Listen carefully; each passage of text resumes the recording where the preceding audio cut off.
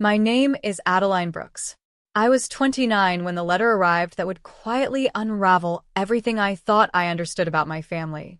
It came on a Tuesday, tucked between a water bill and a grocery flyer, addressed in my mother's tight, deliberate handwriting. I remember standing in the hallway of my apartment, my son Micah's crayon drawings taped crookedly to the wall behind me, and feeling the paper go cold in my hands before I'd even opened it. Inside was a single sheet from a law office.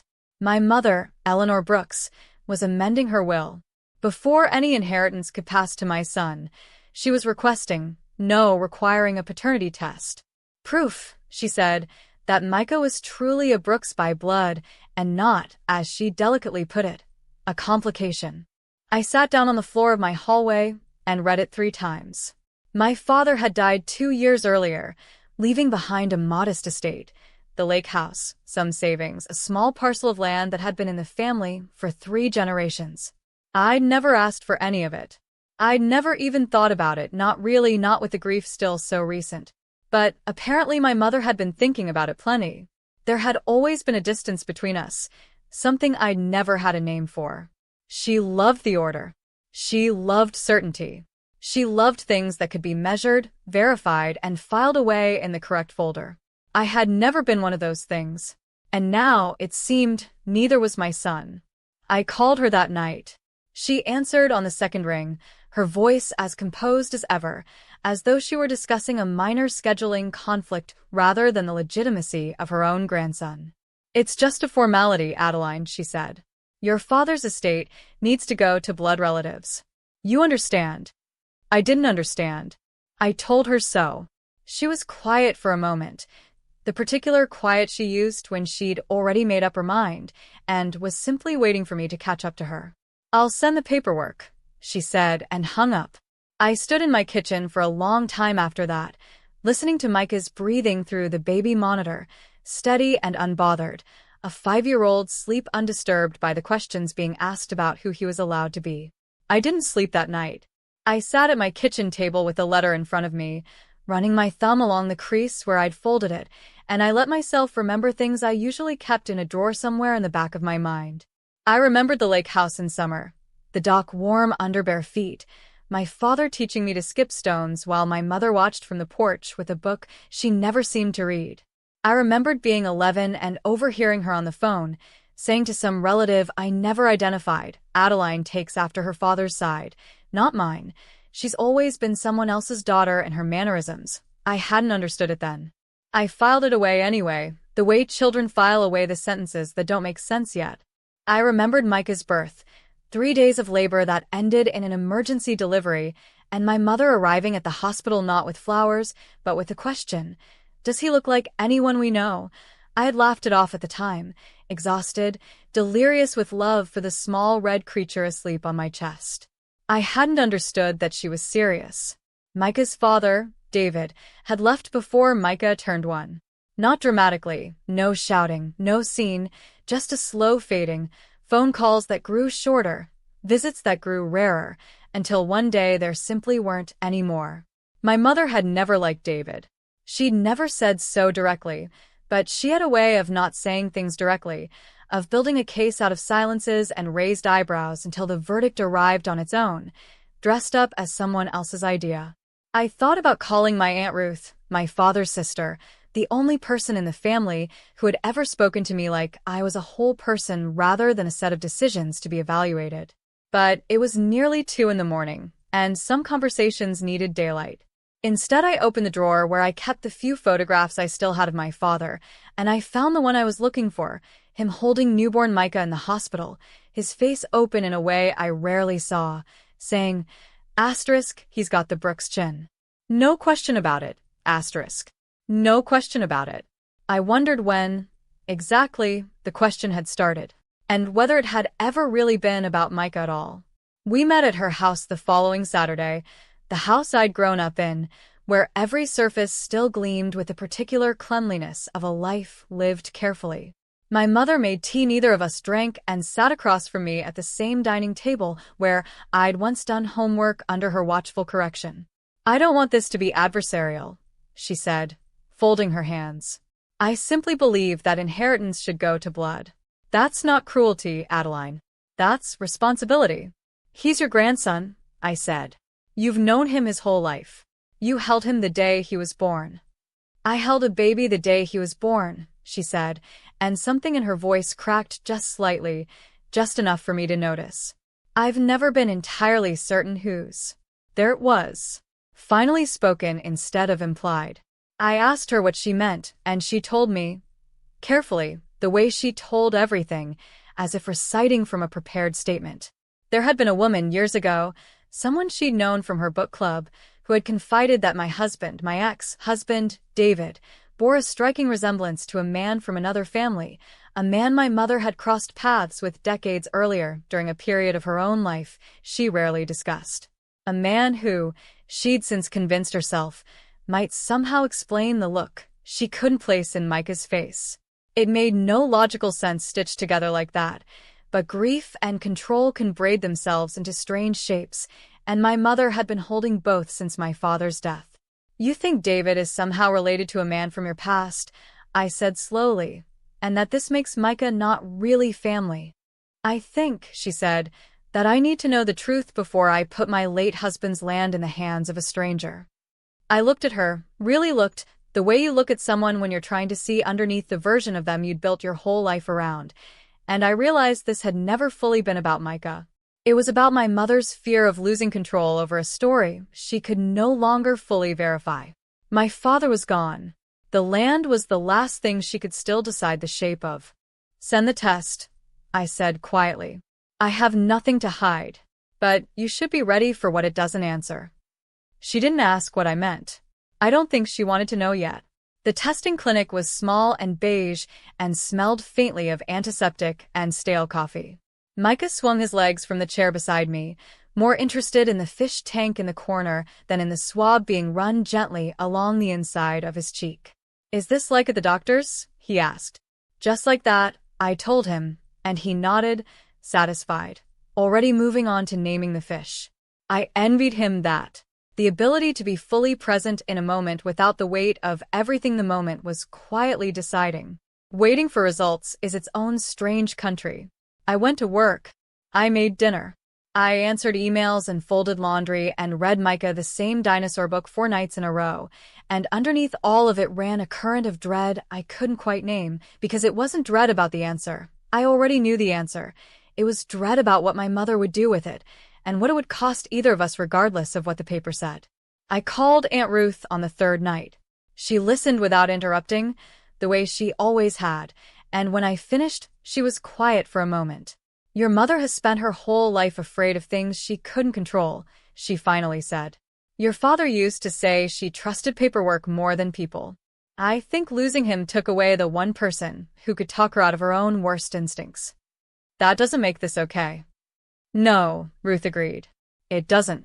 But it might help you understand what you're actually walking into when those results come back.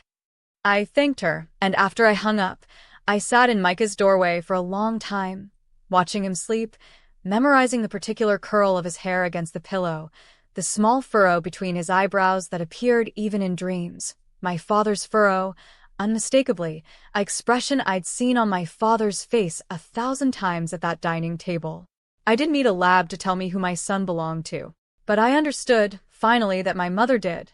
The results came back on a Thursday morning, emailed first to the estate lawyer, who forwarded a copy to each of us separately, as though even the delivery had to be even-handed. I read it standing in my kitchen, coffee going cold beside me. The paternity was confirmed. Micah was, without any statistical ambiguity, David's biological son, and by extension, absolutely no relation whatsoever to the mysterious man from my mother's past she'd built her theory around. There had never been any real question. There had only been my mother's grief, dressed up as due diligence. But there was something else in the report. Something none of us had asked for, and none of us expected.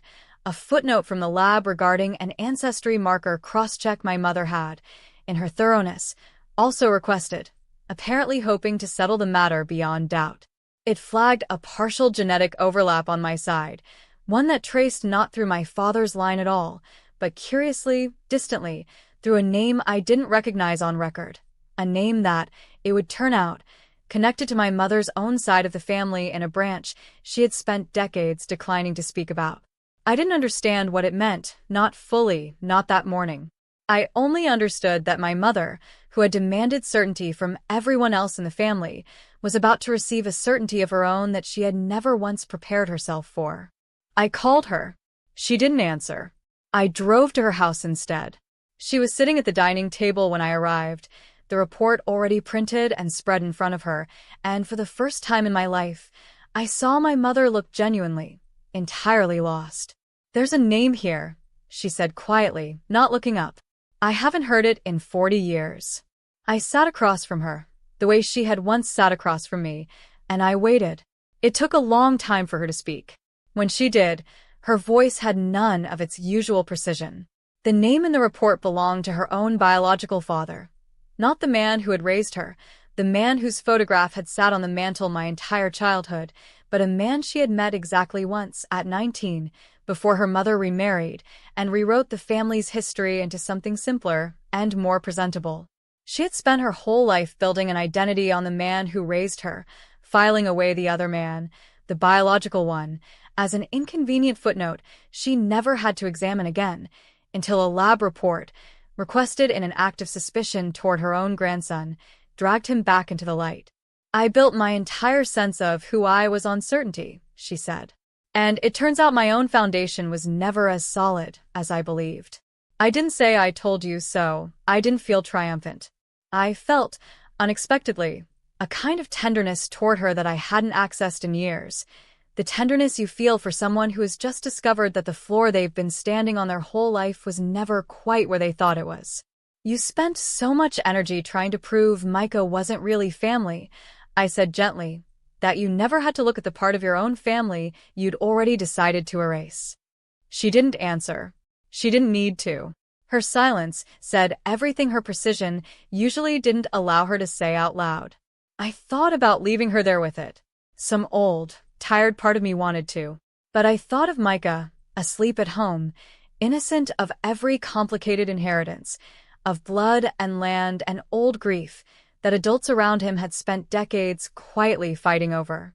"I'm not here for the land," I told her. "I never was. I'm here because he's your grandson and you love him, even when your fear gets louder than your love." For the first time in longer than I could remember, my mother cried in front of me. In the weeks that followed, my mother didn't apologize in the way I might have once wanted, not with a single clean sentence I could hold on to, but in the way she knew how. She revised the will without conditions. She began, haltingly, to ask Micah questions about his days instead of studying his face for resemblances. She started seeing a therapist, something I never thought I'd hear her admit out loud, let alone follow through on. I understood, slowly, that the DNA test had never really been about Micah's blood. It had been about my mother's terror of losing the one thing she'd spent her whole life curating, a family story with no loose threads, no uncomfortable branches, no unresolved names. My father's death had already pulled one thread loose. She tried to protect the rest of the tapestry by tightening her grip on the parts she thought she could still control. I thought about David, too, in those weeks, not with anger, but with a kind of clear-eyed understanding I hadn't had before. He had left because he wasn't ready to be someone's whole world, and my mother had spent years quietly building a case against him instead of simply grieving that loss alongside me. We had both, in our own ways, been protecting ourselves from things too painful to name directly. I began keeping a small notebook, something Ruth had suggested. Not a diary exactly, just a place to write down the things about Micah I wanted to remember before they blurred into the general fog of parenting. His father's chin. My father's furrow between the eyebrows. A laugh that belonged, as far as I could tell, entirely to himself. Family, I was starting to understand, was never really something you could verify in a lab. It was something you kept choosing, on ordinary Tuesdays, long after the extraordinary questions had been asked and answered.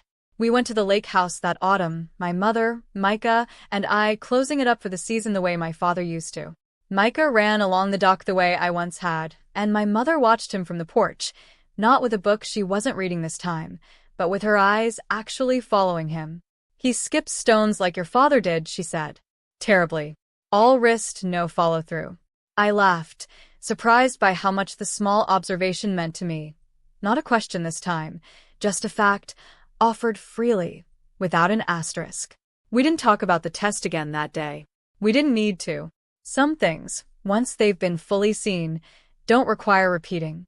Before we left, I stood alone on the dock for a moment. The way I had the night I first read her letter, except this time the water was still and gold with late light instead of cold in my hands. I thought about how close I'd come to losing something with her entirely, not the land, never the land, but the fragile, complicated thread that still connected us, mother to daughter, daughter to son. I thought, too, about the name in that report, my mother's biological father, a man none of us would ever meet, whose absence had shaped her more than she'd ever let herself admit. I didn't know if she would ever go looking for the rest of that story. That wasn't mine to decide. What I did know was this: certainty had never been the thing holding my family together.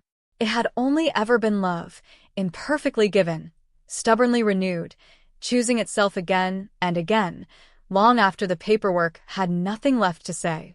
Micah called out from the end of the dock, holding up a flat gray stone, asking if I'd watch him try again. I told him I would, and I did.